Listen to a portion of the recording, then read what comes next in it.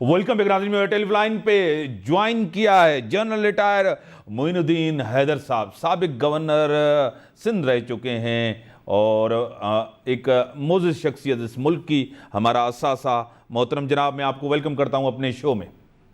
Thank you, शुक्रिया।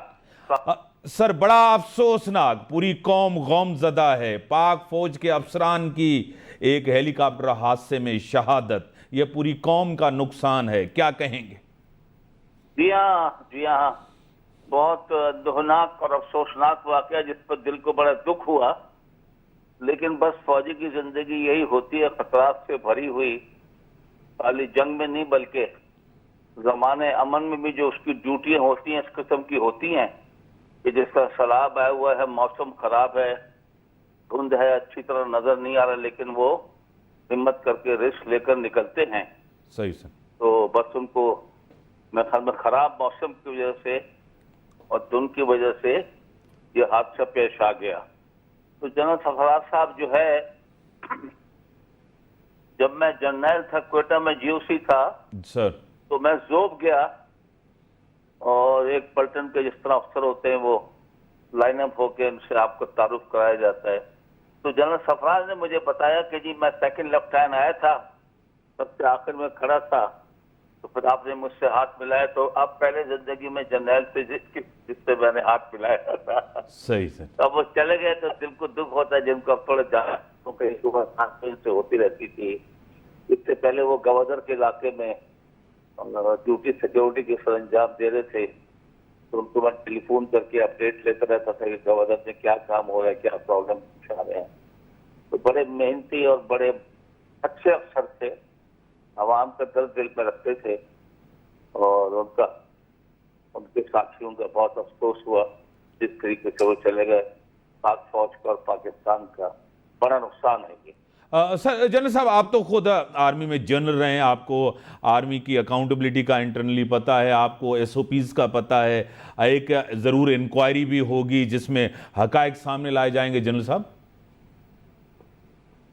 बिल्कुल, हर accident की, सर, चाहे वो जीप का हो, किसी चीज का हो, हेलीकॉप्टर का जहाज का, हमेशा उसकी डिटेल इंक्वायरी होती है। टेक्निकल टीम अपनी इंक्वायरी करती है, दूसरी टीम अपनी इंक्वायरी करती है और वो तमाम तफसील में जाते हैं और उसके बाद अपने रिकमेंडेशन देते हैं उनकी नजर में क्या वजह है इस हादसे की। तो वो सामने आ जाएंगी कुछ हफ्ते के बाद।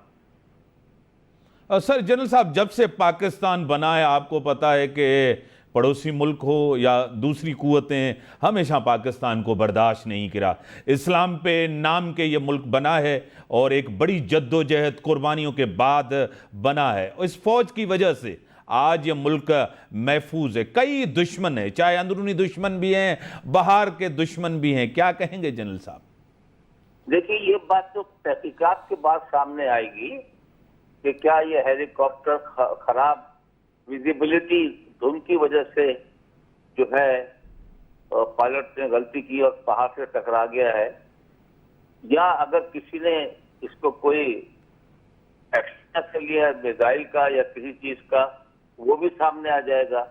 वो तो जब आप इंक्वायरी करते हैं सब चीजें खुल के सामने आ जाती हैं, वो आ जाएंगी। लेकिन मेरा अपना ख्याल ये है कि ये टेक्निकल फॉल्ट है, डेवलप किया, हाइट लूज की है और टकरा गया है। ये इस प्रकार इसको नहीं कह सकते। आपको पता है कि जो इंडियन चीफ ऑफ स्टाफ था डिफेंस फोर्सेस का, उसका भी बिपिन रावत था, कौन था, उसका भी इस तरह एक्सीडेंट हुआ था रिसेंटली। सही। रशिया में भी आपको पता है कि इस तरह एक्सीडेंट हेलीकॉप्टर का ये दुनिया में होते रहते हैं। सर, आपको खुद पता है कि मुल्क के अंदर बारिशों की बड़ी तबाही है, बड़ा नुकसान हुआ है। बलूचिस्तान के अंदर 30 साल में ऐसी बारिशें नहीं हुई। बलूचिस्तान वैसे भी पसमानदा इलाका है, महरूमियां हैं काफी, क्या कहेंगे इसके ऊपर? जी हाँ, इसमें सिर्फ नहीं कि बलूचिस्तान में बेइंतहा बारिशें हुई हैं और बारिशों ने बहुत नुकसान पहुंचाया है और बहुत जानी नुकसान हुआ है। 136 कल तक हलाकतें हो गई थी और लोगों के कच्चे मकान लगातार बारिश से गिर गए हैं, सैलाब के रेले से गिर गए हैं। तो बलूचिस्तान में जब भी बारिश होती है तो इसका कोई हमारे लोगों को, इंजीनियर्स को इसका हल निकालना चाहिए। जो पुराना कार्य सिस्टम था, कुछ उसका रुख जो उस तरफ मोड़ दें, कुछ नए डैम्स बनाएं, तो इस तरह का सिस्टम करें कि पानी बलूचिस्तान में स्टोर भी हो जाए और नुकसान भी ना पहुंचाए। लेकिन जब गैर मामूली बारिशें होती हैं, या किसी मुल्क में हो, चाहे वो डेवलप्ड मुल्क में भी हो, तो वो जरूर नुकसान कर जाती हैं। सर, आपको खुद पता है कि मैशियत की सूरत हाल नहीं है, सियासत की सूरत हाल, आफात आपके सामने, कोविड अभी तक चल रहा है, काफ़ी फ्रंट्स पे पाकिस्तान को चैलेंजेस का सामना है जनरल साहब। जी जी जी, मैं खुद भी बलूचिस्तान में बहुत रहा हूँ, बहुत साल मैंने बलूचिस्तान में गुजारे हैं। तो आपकी बात सही है, वहाँ पर जो है उनको हिम्मत दिलाना जरूरी है, उनके मसले हल करना जरूरी है। और ये खुशी है कि प्राइम मिनिस्टर साहब 2 दफा वहां पर गए हैं रिसेंटली। इसमें कोई शक की बात नहीं, पाकिस्तान वाकई इस दफा नाजुक दौर से गुजर रहा है कि पाकिस्तान की माशी हालत जो है वो कमजोर हो गई है।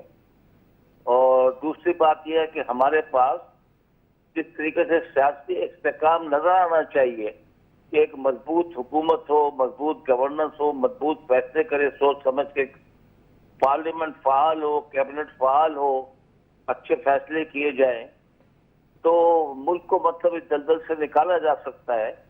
और ये जो कोविड के चैलेंज है, एक तो कोविड का चैलेंज तमाम दुनिया को, दूसरा कसाद बाजारी का चैलेंज है।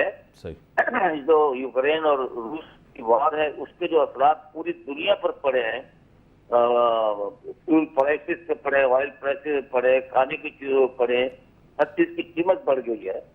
और करेंसी दुनिया की जो है सारी तकरीबन वो डॉलर के आगे जो है वो कमजोर पड़ गई है पिछले दिनों में। तो इसके लिए सियासी इस्तेकाम जरूरी है, उसके बाद ही माशी इस्तेकाम को सोचा जा सकता है। बड़ी मेहरबानी मोहतरम जनाब जनरल रिटायर मोइनुद्दीन हैदर साहब। साबिक गवर्नर है, मारूफ शख्सियत हैं, उनका तज्जिया हमेशा बेहतर तज्जिया होता है, एक मुल्क के लिए तज्जिया होता है, और किसी बायस या किसी को भी टारगेट करने के लिए बड़ी बैलेंस बात करते हैं। मोहतरम जनाब जनरल रिटायर मोइनुद्दीन हैदर साहब हमारे साथ हैं। नाज़रीन, इजाज़त, अल्लाह हाफ़िज़।